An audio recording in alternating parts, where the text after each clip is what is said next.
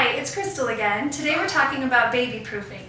So baby proofing is the idea of changing your environment so that it makes it more friendly for young children. There are a lot of things that can hurt them, and so if we change our environment, we put things out of sight or in places that they can't get to, then it protects them and then they are less likely to get hurt. There are pros and cons to baby proofing.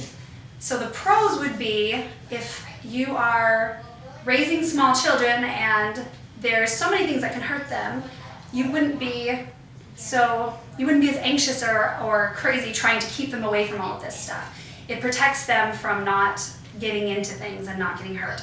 The cons of baby proofing, when you baby proof too much, is it creates a false sense of security. So you think that they're always okay, when really these are children. They can hurt themselves on anything.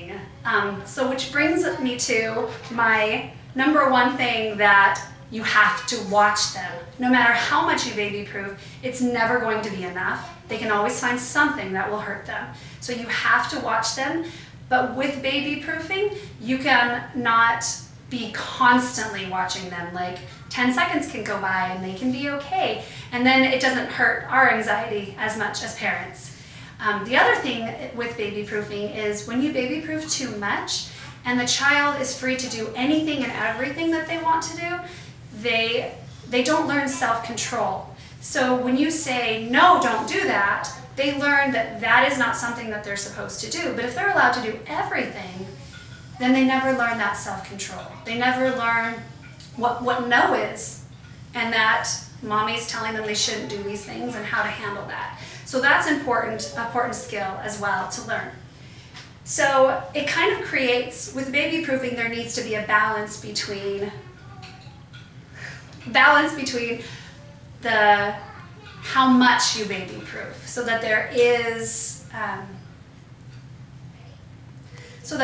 baby proofing, but not so much that there's no no's, and that they can develop the self-control and there's not a false sense of security in the parents.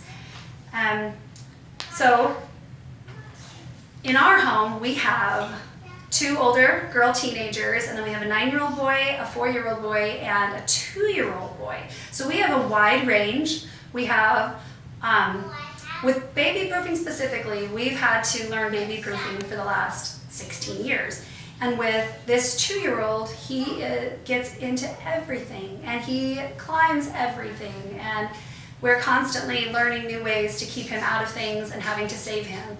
So baby proofing has been very important in our family with this specific 2-year-old. So as we go around, I will show you around the house and some of the things that we do. And keep in mind, we have this 2-year-old, and that's why baby proofing is so important to us. Okay, the first thing we're going to talk about is outlet covers. So you can push these they're little plastic things that you can buy. They come in bigger quantities, and you can put them in all of your outlets, and that keeps the kids from sticking things in there, like metal objects that will electrocute them or shock them. So then we're going to come over here. Okay, the first thing that we do in the kitchens is we actually put hair ties on the knobs, because they're close enough, and we put the things in here that, like glass, where if a child picks it up, it's going to shatter on the ground. I actually had my nephew do that once. He picked a double cake platter off a table and glass everywhere.